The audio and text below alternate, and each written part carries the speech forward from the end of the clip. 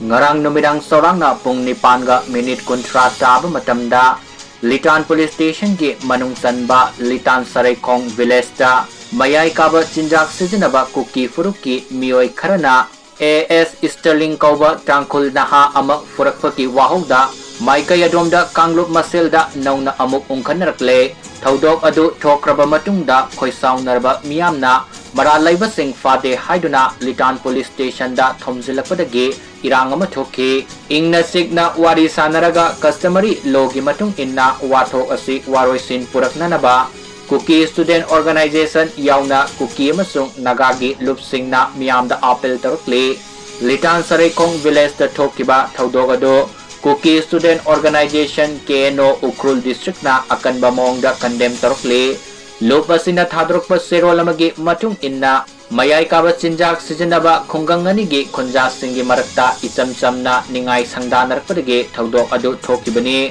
Litan Saraikong gi Village Authority gi khuthangda Thoudok aduga mari lainana yasinaba purakrabani asok apan nanglaba mioi adugi imung manungga wari sanaduna customary logi matung inna yasinaba purakle nakalani yasinaba puraknaba honaringai sarakta matong maram khangdana miyam horoklaga khanasenabagi Thoudok thokibado yaningde Thoudok aduna yumlon nariba khungang ani nungsi sanana leminabagi fibamda akaiba thoglakpa yai Iramasagi matangda laibak miyam civil society organization amadi mari lainaba authority singna yariba makai pukning fathabaga loinana Thoudok adu Kanglup ki oiba miyengda sangsin bitanaba honagadabani hairi soglaba mioi adugi imung manungna Litan Saraikong gi chief Hemkothang Vaite da pau pirakpaga loinana nakalani wari sanaduna customary logi matung inna yasinaba puraknaba ngasi mifamama pangthokpa haina lepnakhi adubu soglaba mioi adugi imung manunggi mioi sing